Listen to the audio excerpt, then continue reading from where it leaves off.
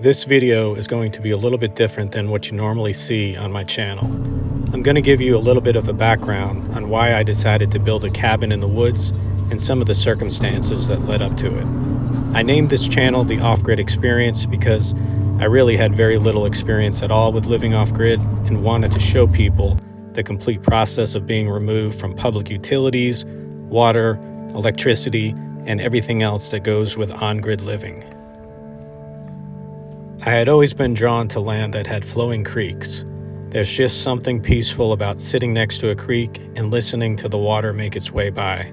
Just in the past several years, I had also developed a love for log cabins, the ability to work with all natural materials and make a strong structure that didn't involve drywall, siding, or man-made materials. So in early 2021, an opportunity presented itself to buy 25 wooded acres with not one, but 3 creeks on it. This land had been on the market forever because it was so hilly and difficult to access.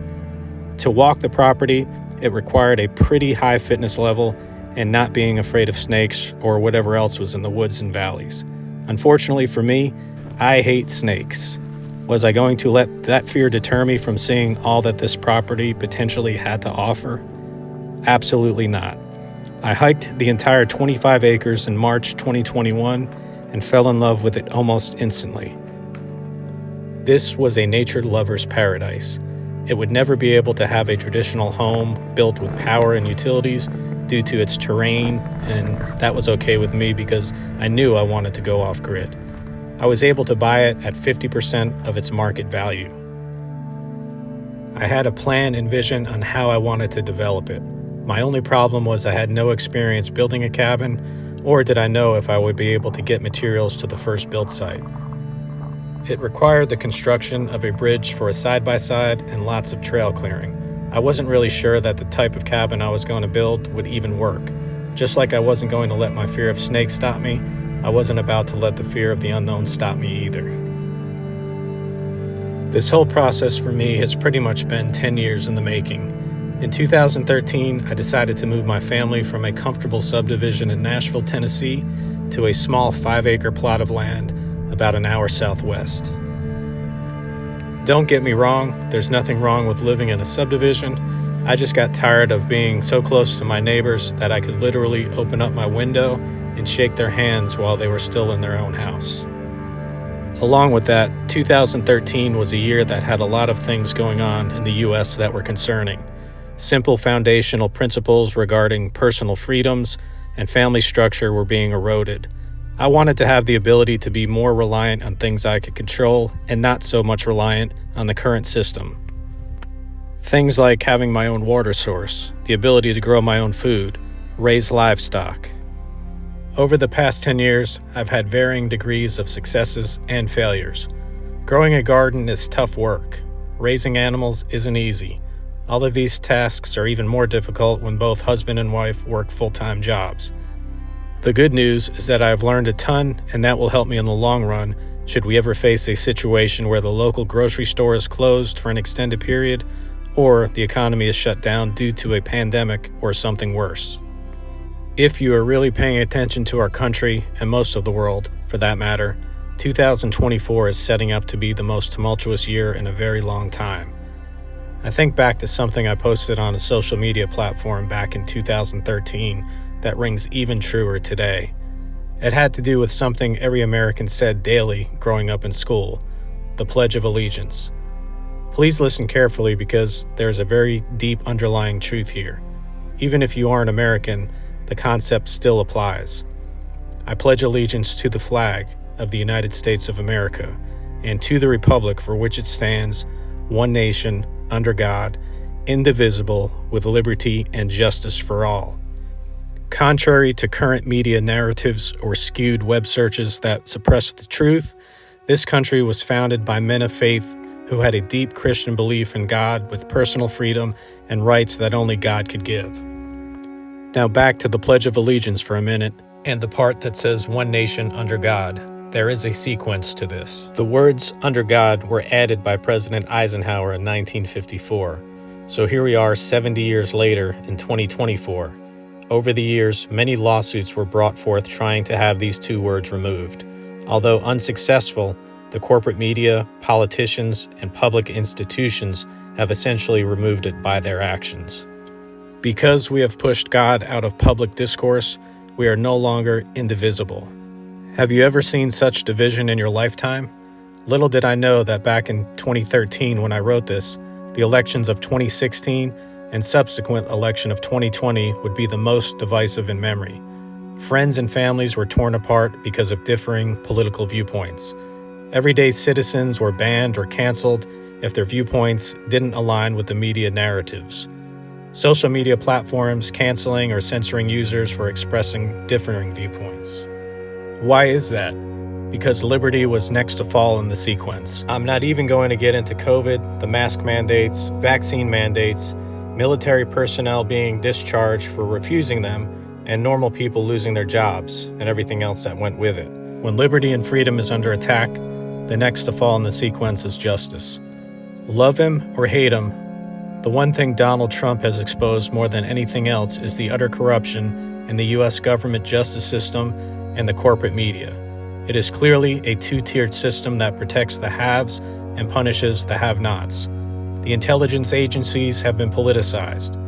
The FBI losing all of the hard drives and CDs having to do with the Epstein case that would have linked all the elites to their crimes. Where's the outrage? Where's the justice in the land? It's gone because our nation turned their back on God. We have been hijacked culturally by Hollywood and the entertainment industry. Our government officials have been bought by lobbyists, or even worse, blackmailed to stay in line. Social media has turned our kids into robots who struggle to think critically for themselves. Our borders are being overrun with millions of illegal immigrants, all by design. We have entered the age of deception, lies in plain sight being called truth. Children being mutilated with parental consent, DNA hacking to formulate biological warfare. Why is the state of New Hampshire proposing a bill to ban the spraying of aerosolized particulate matter in the skies? So-called conspiracy theorists like to call them chemtrails.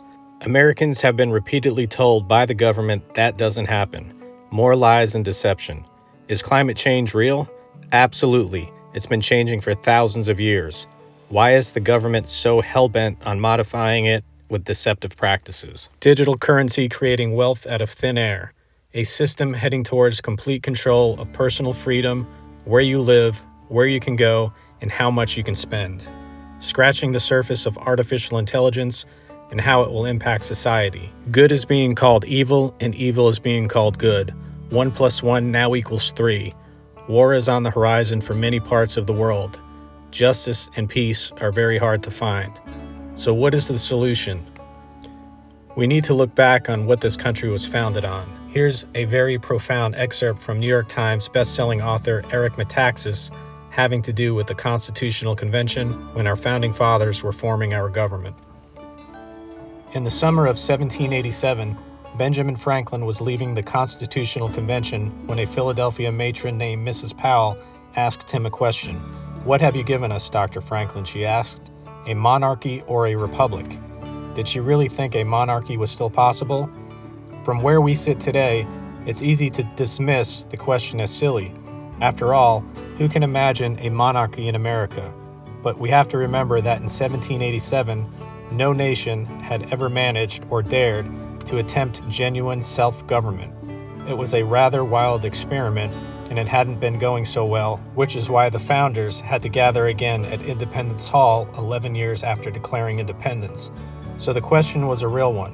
What had the founders discovered in trying to come up with a new constitution? Was a genuine republic simply not possible? Franklin's response to Mrs. Powell's question has become famous. "A republic, madam," he said, "if you can keep it." Of course, we know that the Constitution created that hot summer in Philadelphia gave us a republic. But what did Franklin mean by the second part of his answer? What does it mean to keep the republic? The answer is actually quite simple.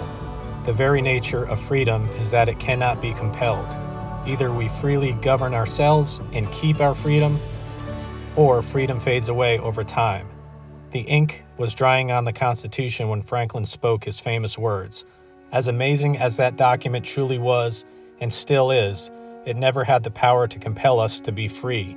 It was up to us, we the people, to understand what it said and to live that out in our lives. Franklin understood that.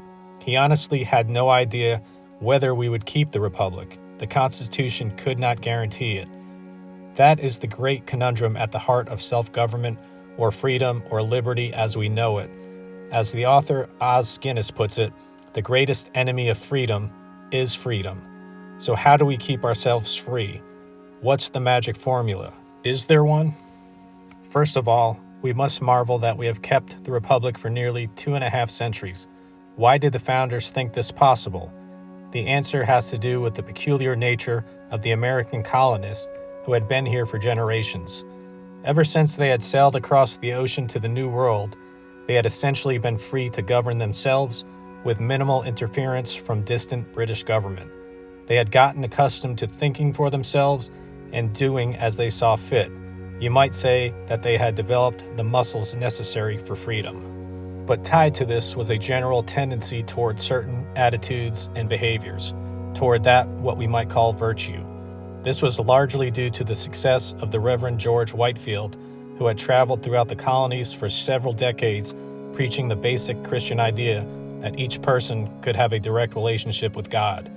80% of all Americans heard him preaching at least once, and many read his sermons, which were widely printed. In the 4 decades of Whitefield's ministry, many revivals had broken out, and by 1776, many Americans were deeply serious about God. So they generally behaved well, not because they were compelled by the government, but because they were directly responsible to God for their behavior.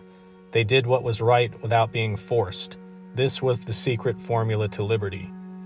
John Adams said famously, "Our Constitution was made only for a moral and religious people. It is wholly inadequate to the government of any other." He understood this, as did every single one of our founders. So mainly because of the outbreaks of revivals, under the preaching of Whitefield, the colonists in 1776 were generally a remarkably virtuous and religious people. And their initial culture of virtue and self-government has continued through the centuries. So, we did really keep the Republic. But what has happened in recent decades so that we have slowly ceased to keep it so? First, we've ceased to understand the centrality of religious faith and virtue to our freedoms. So we have ceased to teach this in our public schools, and we have generally abandoned these ideas in wider culture with tragic results. Secondly, we have gotten used to freedom. We have come to think of it as normal and now essentially take it for granted. That is the downside of any blessing, to forget that it is a blessing. Many of us have never known anything else but freedom and have been so insulated from the brokenness of many other countries that we never think we could possibly slide in such directions. So to regain what we had, if we can regain it, we must first understand that what we have is an extraordinary blessing. We must also understand how it has worked and how it will cease to work. We must remind ourselves that what all the founders knew has not changed.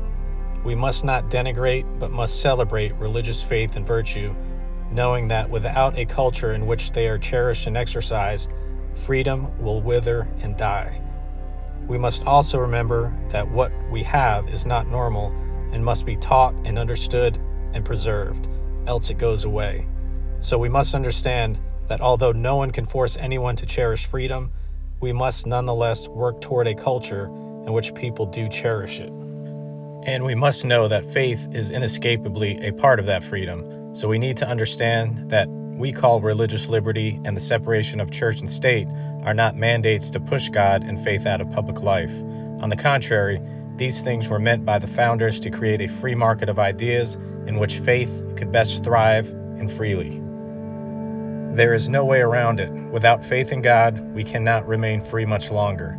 No one can force anyone to believe in the God of the Bible, but we have to encourage people toward him and his precepts. It is an historical fact that faith in the God of the Bible is what caused us to become free 250 years ago, and it is faith in him that can keep us free today. Again, that was an excerpt from New York Times best-selling author Eric Metaxas. Going back to the Os Guinness quote, "Freedom is the greatest enemy of freedom," what does that mean? In my opinion, it's directly linked to John Adams saying that our Constitution was made only for a moral and religious people. It is totally inadequate for the government of any other, meaning a society that has lost its moral compass will not flourish and will self-destruct to the point of liberty being extinguished. I watch the news sometimes, check social media daily, and I can only shake my head at what is happening.